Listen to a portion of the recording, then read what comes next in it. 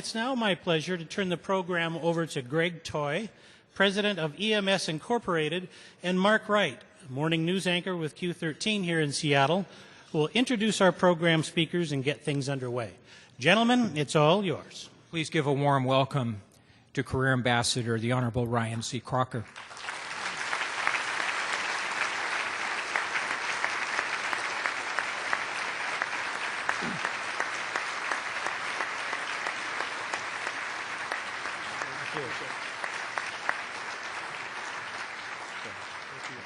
Please give a warm Rotary welcome to Dr. Lawrence Pintack, Founding Dean of the Murrow College of Communication.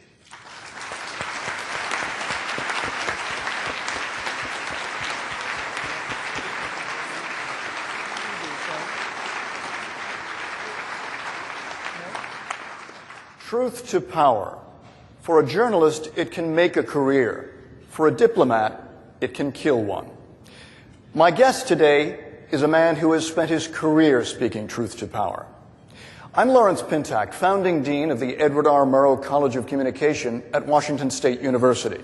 And this is the Murrow Interview. Ryan Crocker has spent his career speaking truth to power in a variety of guises. It has made him unpopular at times. It has made him effective as a diplomat. Ambassador Crocker, thanks for being with us. Larry, thanks for having me. President Bush nicknamed you Sunshine. I take it that wasn't for your sparkling personality. As anyone who knows me can attest, no, it was not because of my sparkling personality. How did your kind of advice go down in the White House?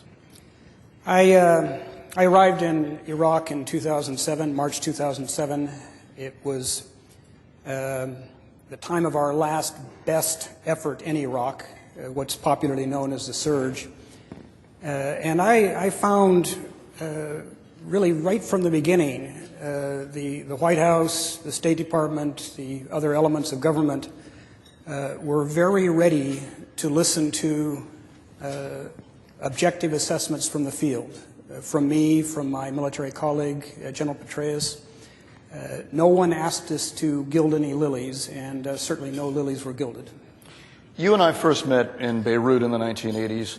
You were a young foreign political officer in the Foreign Service. I was, I'll hasten to say, an even younger correspondent.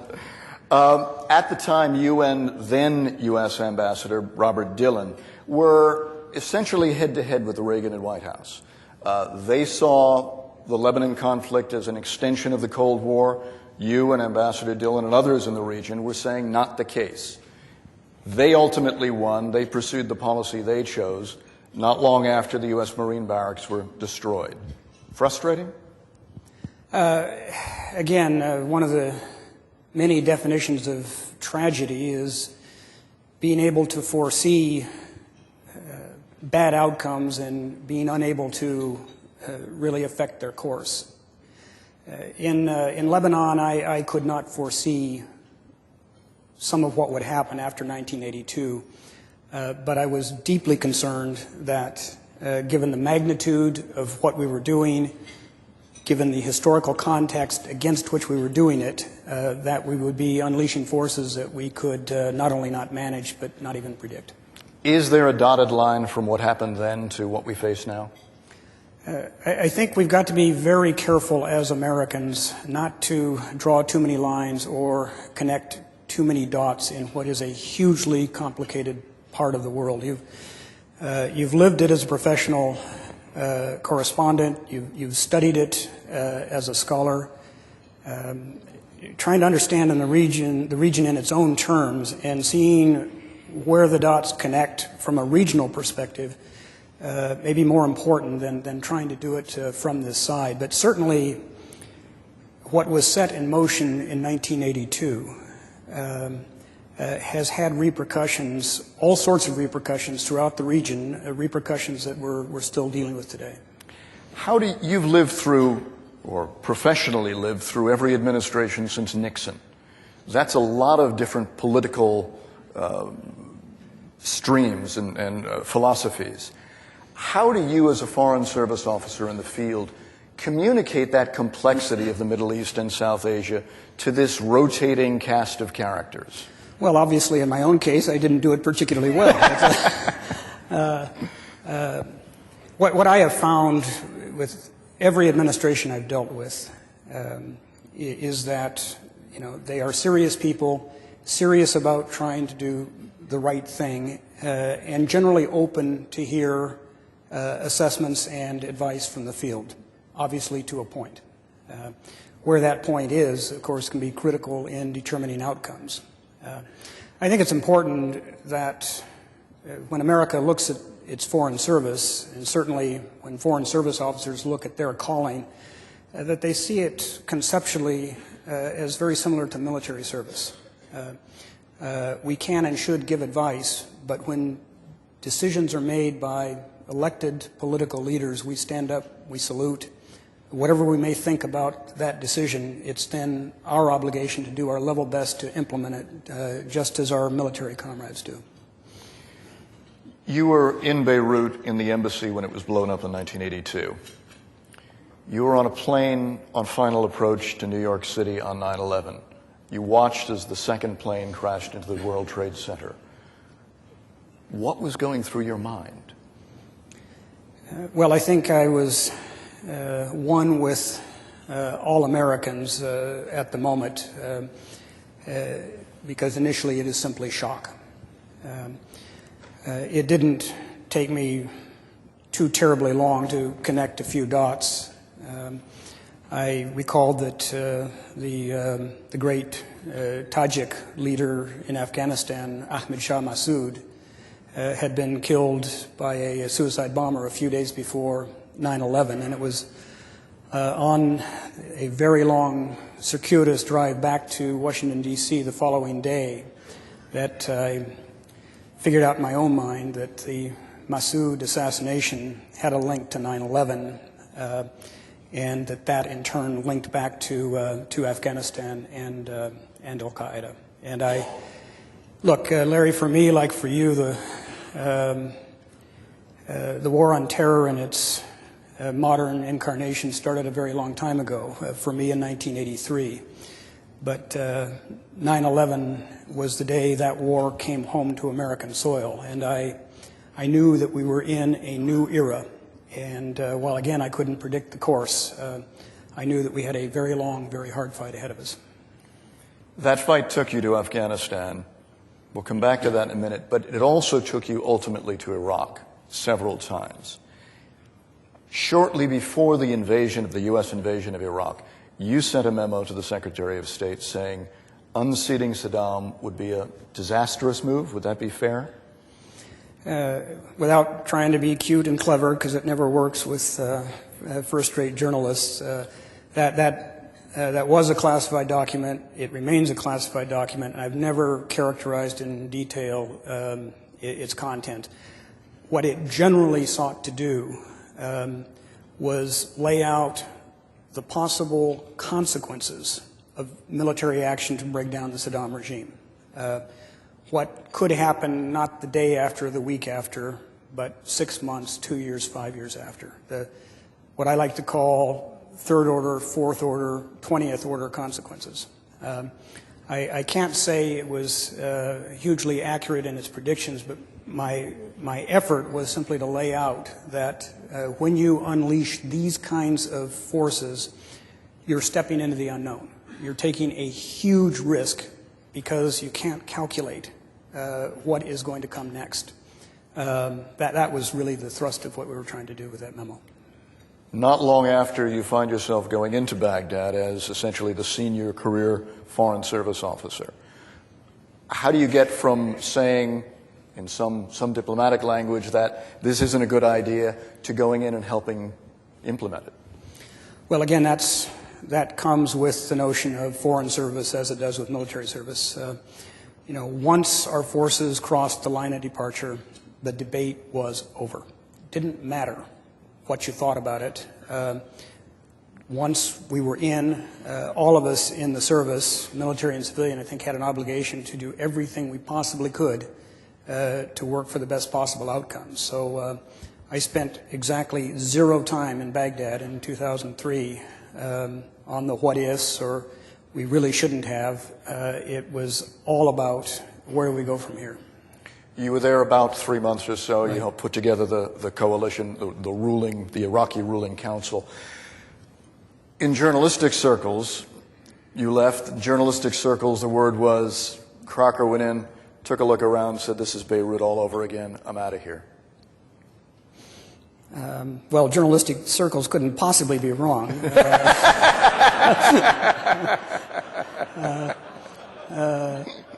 What I went in... So you have learned something in your 30 years. Yes, exactly. The infallibility of the press. You hear it here, ladies and gentlemen. I was asked to go to Iraq by Jerry Bremer to help him figure out an approach to Iraqi governance. That approach was what became known as the Governing Council that stood up in the middle of July. I stayed a few weeks beyond that to try to help them get the mechanics right, but that had been what I was brought out to do. It was done, and I had my one and only academic appointment waiting for me back in Washington as a professor at the National War College. And I literally left Baghdad on a Friday, started at the War College on Monday. It may sound dramatic to say I'd taken a look around and decided this wasn't for me, but actually I'd done what I'd come out to do, and it was time to move on to other things. Oh, but our version of the story is better. Sells more papers. Absolutely. This is the Murrow interview. I'm Lawrence Pintack, founding dean of the Edward R. Murrow College of Communication at Washington State University. My guest is Ambassador Ryan Crocker, a man who's been at the fulcrum point of American foreign policy in the Middle East and South Asia for the last 30 years. Words matter. Our foreign policy is not always communicated with the same set of words. It, at times, back to the media, is driven by sound bites. Axis of evil. You were in Afghanistan dealing with the Iranians, dealing with Afghanistan on the ground after the U.S. invasion of Afghanistan. The president stood up and talked about the axis of evil, including Iran. What did that do to what you were doing on the ground? Well, I remember sitting up through the night in Kabul to listen to State of the Union. I had not seen the text, so axis of evil was certainly a surprise to me, and I remember thinking at the time that this is not going to make complex negotiations with the Iranians any easier. To say the least. And indeed it did not. We were talking under a UN umbrella. Lakhdar Brahimi, the UN Special Envoy, was in Kabul and was our convener. And who was later killed in Iraq. No, Lakhdar Brahimi. I'm sorry. Sergio de Mello. Excuse me. Yeah. So the next meeting, to which I was not particularly looking forward, the Iranians said, "What does all this mean?" And I said, "Look, you can figure that out from Tehran and from Washington. We're here to talk about a specific set of issues, and let's get on with it." And indeed, the discussions did not break off at that point. They continued off and on all the way up until May of 2003. Did it change the relationship on the ground? Well, one important change was in the form of an Iranian reaction that is still costing us lives today, and that was their decision to take the Afghan guerrilla leader Gulbuddin Hekmatyar, who had been in house arrest in Tehran, and to reinsert him into Afghanistan. I had been negotiating for his handover to the Afghan government because he was and is a very malign actor. Their response to Axis of Evil was to put him back into play in Afghanistan, where he still is. Hekmatyar was a malign actor, as you say, but he was also a malign actor that had originally been funded and facilitated by the U.S. How, when you look back at that long history, how do you communicate the complexities of that kind of a foreign policy that supports the guys who are today the jihadis, who are now fighting against us. Where does that realpolitik come into policy, and how do you justify it? Well, these are hugely difficult, hugely important issues. If you think back to 1979, the Soviet invasion of Afghanistan, perceived by us as a direct threat to our strategic interests in the region, perceived by the region in the same terms. When you're dealing with that kind of contingency, policymakers and implementers do not have the time to think far into the future, to think about those 20th order consequences. So in the case of the anti-Soviet jihad, we were prepared to support anyone who was prepared to take up arms against them. That included actors like Hekmatyar. It included Osama bin Laden. So there wasn't a lot of thought given to, well, what about the day after? And if there's anything I've absorbed over my years in the Middle East, in the service, it's that we as Americans have to give thought to the day after. The day after the Soviet withdrawal from Afghanistan, we basically got out as fast as we could. We went from our alliance with Pakistan to isolating and sanctioning Pakistan. We left Afghanistan to its own devices, which were not very pretty. And indeed, you can see the seeds of 9/11 in decisions and actions that were taken in 1990. So as careful as we need to be about getting into situations, we need to be at least as careful when we think about getting out of them. Talk about that isolation of Pakistan after the fall of the Russians. But then we also turned right around again after 9/11 and lifted those sanctions. You went in and as ambassador to Pakistan and worked with a man that many saw as, well, many in Washington saw as a dictator, a strong man that we didn't want to deal with before 9/11. How does that all play out? When things strike suddenly, you have to look at what your options are. They may not be the options you wish you had, but you have to work with them. And I worked closely with Parvez Musharraf when he was president. That was the administration's policy. It was the right one. Now, that is not to say we ignored problems of governance in Pakistan, and indeed it was during my time in Afghanistan, beginning in the summer of 2006, that we very quietly began to work to broker an understanding between Musharraf and Benazir Bhutto that would bring her back to the country, that would have him leave the presidency, that would allow for a freely contested election, that would not lead to political reprisals in the aftermath.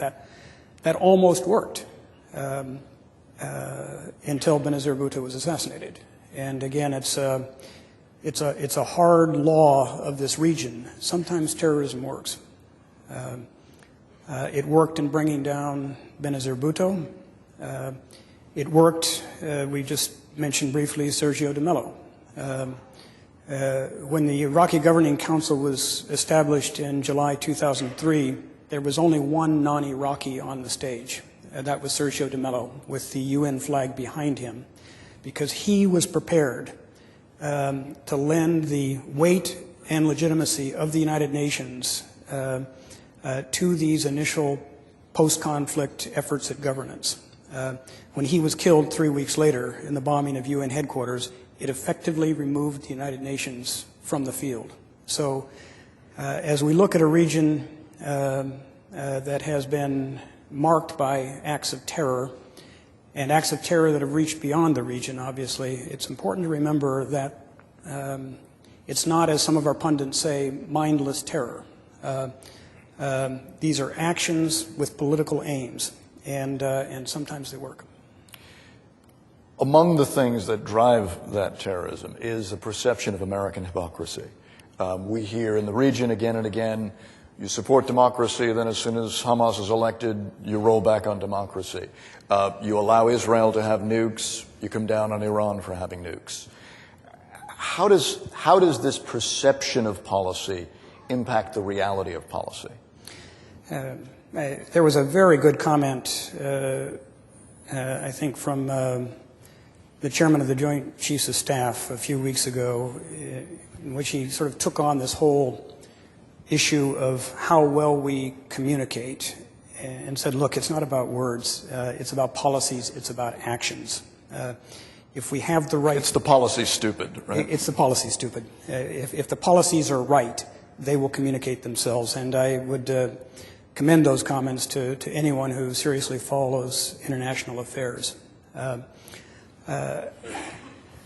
I think one of our most significant failings in international affairs in the Middle East region is not getting any particular specific policy badly wrong, although that's happened. It's been a lack of consistency. And as seen from the region, we are an inconsistent power. And that has become something that our adversaries count on and our allies fear, that we will not stay the course, however long and difficult that is. It's what Pakistanis worry terribly about post 9/11. We're back, but for how long? It's what Afghans who watched us walk away in 1990, what they think about. And it applies very much in the Arab-Israeli arena. I commend the Obama administration for making the Palestinian-Israeli conflict in particular a top policy priority in the appointment of George Mitchell as a special envoy. They need to stay with it. Because, you know, whether it's nukes, whether it's democracy, I think underlying it all is a fear and sometimes a conviction that whatever our words and whatever our policies, it's like weather in Seattle. You don't like it, wait a few days, it'll change. We're a nation with a short attention span and a region with a long historical memory. And that is it exactly. Given that, given the ripple effect of so many of these conflicts in the region, how does America craft a policy that lasts? And that is a great question because, you know, we are a democracy, I think the greatest democracy on earth. But democracies have their own ways of working. And no executive, however far-sighted, however determined, can develop and implement a policy by himself. It requires congressional support. And with a Congress that has a House of Representatives that's elected every 2 years, it makes it hard to guarantee that sustainment. I do think it is incumbent on the executive, and I certainly hope that we'll see this from President Obama in the coming days with regard to Afghanistan and Pakistan, to lay out that vision and then to defend it. But it's hardwired into the American system that policies can change and change rather dramatically. Again, in 2002, broadly speaking, the American people voted to have a war in Iraq. In 2006, they voted not to have that war. But 2006 was 3 years too late. You're already in. Mm-hmm. How do we get out? Well, I would say that we literally have the roadmap for an orderly withdrawal of forces.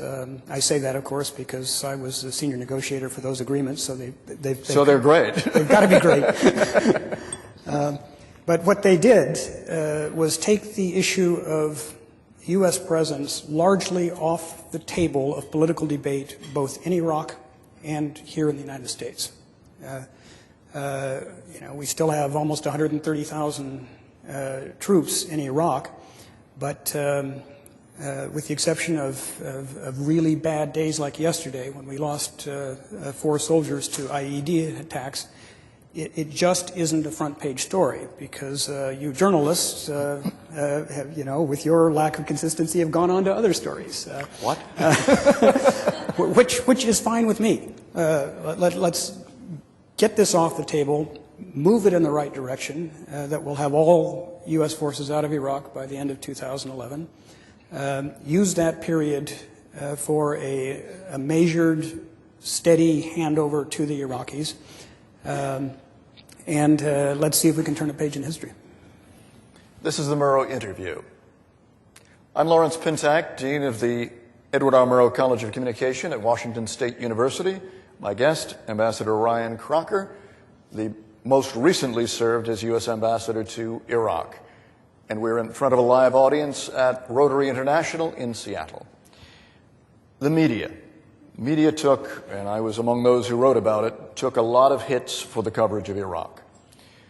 You've had a long and complex relationship with the media. You're one of those who is respected by reporters as speaking the truth on background at times, so we can't report it, but otherwise. Bad reporting in Iraq, but now essentially no reporting in Iraq. How does that affect you as a diplomat? One of the things that worries me greatly about America in international affairs has nothing to do with the Foreign Service or policy making in Washington. It has to do with the media. You, Larry, were part of what I think was the greatest generation of correspondents post-World War II. As I said, you always speak truth. Yeah. in Vietnam, of course, but in Lebanon, in that 82, 83, 84 period. The greatest names of American journalism were there. Every major paper, all the networks had bureaus, and not just in Beirut. Tom Friedman was there. Our mutual friend John Randall was there. Trudy Rubin, who still does a nationally syndicated column. Vinny Shadolsky, and I can go on and on and on. These are the people that defined the role of the international correspondent in the last quarter of the 20th century. Very few of them are in business today, and even more alarming is there is no successor generation. Iraq is underreported. So is the entire world. I've lost track of how many U.S. correspondents there are now based in Iraq, but it is a tiny handful. So as I look ahead, this is something that is of great concern to me and should concern all Americans. We love to complain about media coverage, the slants, the biases, the commissions, the omissions, but it's what keeps policymakers honest. Okay, reasonably honest, sort of honest, and quite frankly, it's what informs a policy effort in the field. I hope I provided a few tidbits here and there to you and other colleagues in Lebanon. I know that I learned a tremendous amount from all of you that helped inform my understanding and hence my own reporting back to Washington. That is disappearing, and it is a huge loss for America. You're not going to get it out of the blogosphere. Responsible, reasoned foreign reporting by people who understand the environment, the history, and the context just doesn't get replaced by someone with the price of a computer who knows how to set up a website. One of those countries that got a flurry of coverage recently is Iran. Talk about Iran's role in the region. Back in the early 80s, when you and I were in the region, Iran-Iraq war, America's policy was, great, let them duke it out because they're both bad guys and they're keeping each other in check. What did the Iraq war do for Iran? Well, it's a great question because, again, it involves history. I'll save you the whole narration, but it certainly involves history going back to the early 80s in Lebanon. Because if you remember, and I know you do because you wrote books about it, immediately after the Iranian Revolution, as this new Islamic Republic looked for allies in a hostile region in a hostile world, and an isolated Syria was also looking for allies, that Tehran-Damascus alliance came into being. After 1982, it was Iran and Syria who collaborated in the establishment of Hezbollah, with horrific consequences for us and for Israel. They have kept that alliance going. It's paid off for both of them.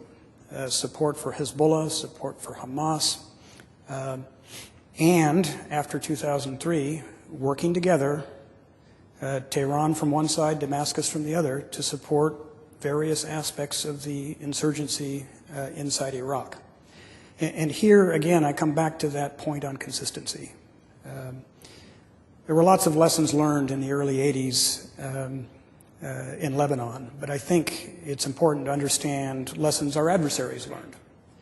What they learned in Damascus and Tehran is that maybe you can't keep the Americans or the Israelis out. So let them come in, they're coming anyway, and once they're in, then you start putting it to them, unconventionally. What they learned in the 80s with us, in the 90s with Israel, as they saw it, was put the heat to them, apply the pain, they'll get tired, they'll go home. And that, I think, was the thinking that dominated 2006 in Iraq. Cause pain, they will go home.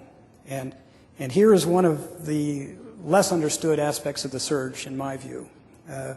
We went against what Iranians and Syrians saw as conventional wisdom. Instead of stepping back when the going got rough and the criticism grew, we stepped forward.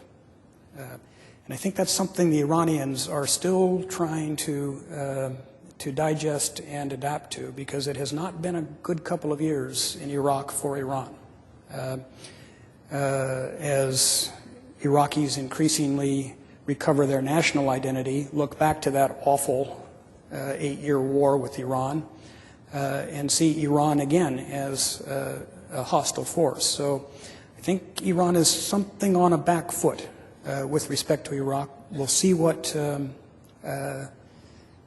decisions they take. I just would have to say one other word. All of the intense interest with the elections, the Twitters and the tweets coming out of Iran, I think caused us to make a great deal more of those events than really is warranted.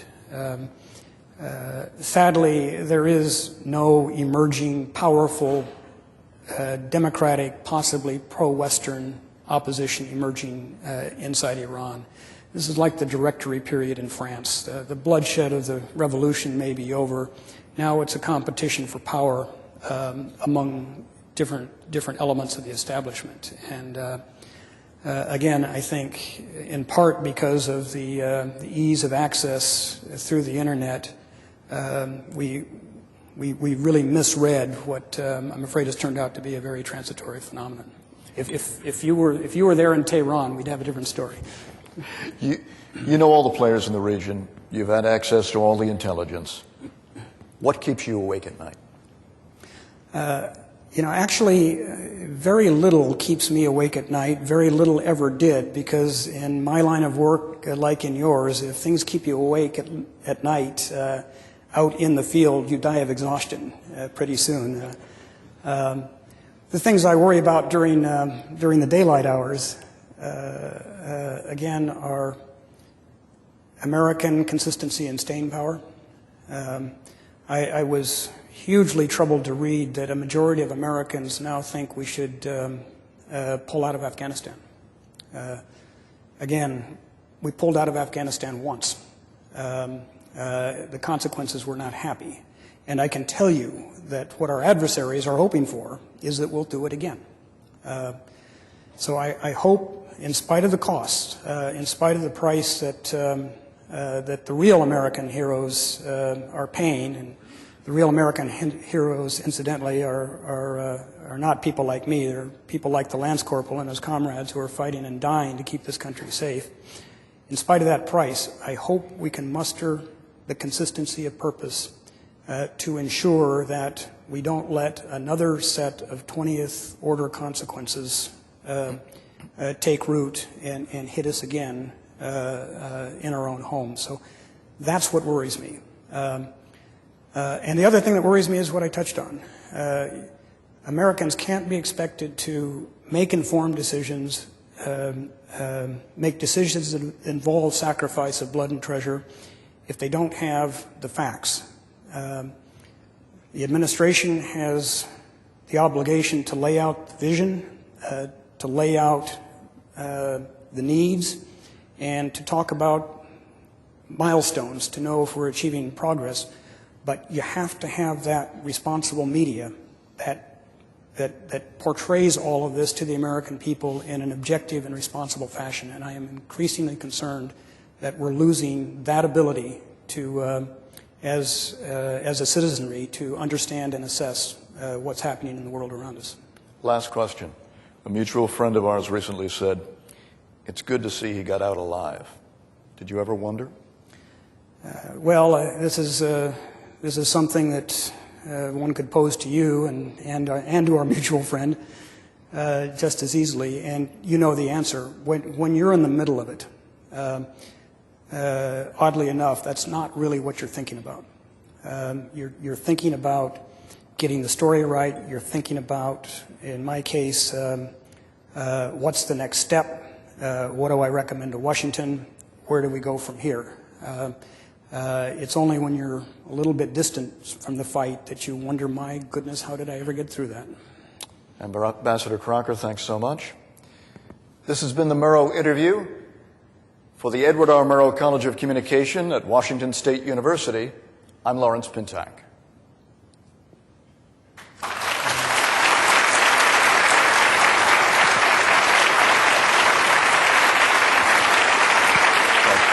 Good. You want to take some questions? About two.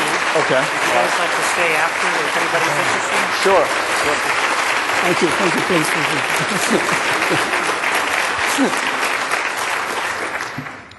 Thank you very much, gentlemen. We have time for about two questions, and both the ambassador and Dr. Pintack have agreed to stay after if you have additional questions. So, first question right down here for John. When Condoleezza Rice was in Seattle a few years ago, I asked her this question. I want to see if your answer is the same. First, a brief statement, and then the question.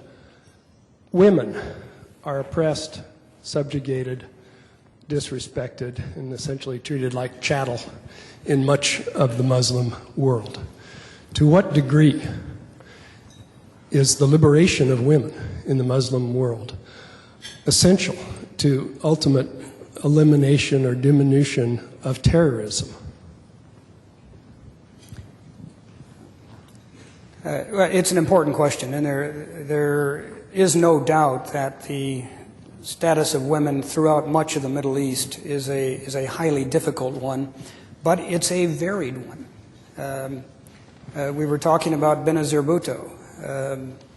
The Pakistanis, along with the Bangladeshis, the Sri Lankans, and a few others, have done something that we've never done in this country, which is elect a female as head of government. Even in societies where Pakistan, Bangladesh, where women have huge inequalities and dislocations. In Afghanistan, I was struck by the meeting the first Minister of Health in the interim government. She was a woman, a doctor. She had been the chief medical officer for the forces of the Northern Alliance.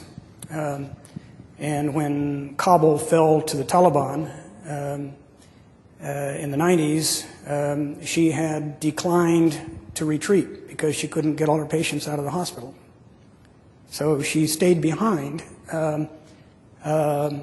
through horrific mistreatment, but she kept her patients alive, she kept herself alive, and she emerged on the other side of that, again, as the first Afghan Minister of Health. So for every story of oppression and worse, there are stories of heroism and triumph, often the same person. The issue of terrorism is interesting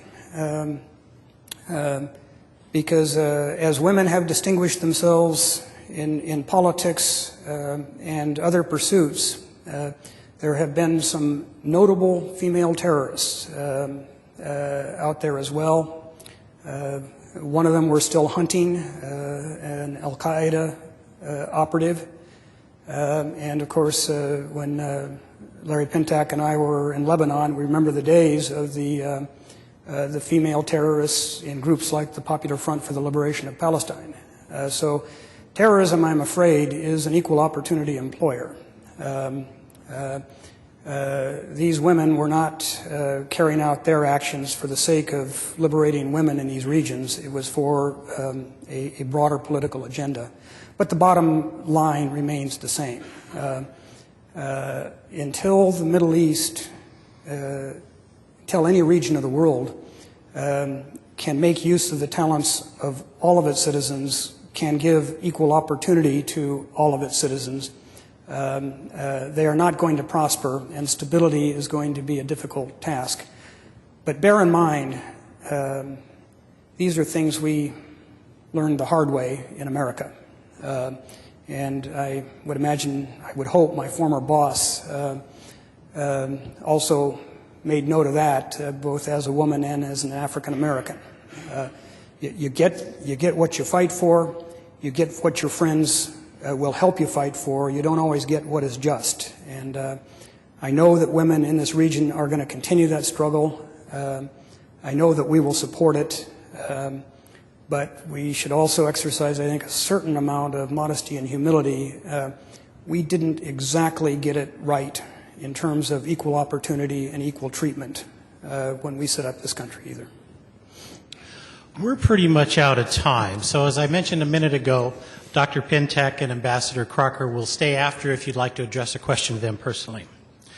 Dr. Pintack, we thank you for your work as a correspondent and as an educator to the furtherance of world peace and understanding. We wish you every success as founding dean of the Edward R. Murrow College of Communication at WSU. Former Secretary of State Colin Powell once called Ryan Crocker one of our very best service officers. Ambassador Crocker, we are in your debt for your selfless work and a lifetime of service to our country. We wish you a peaceful and long retirement. Thank you. Thank you.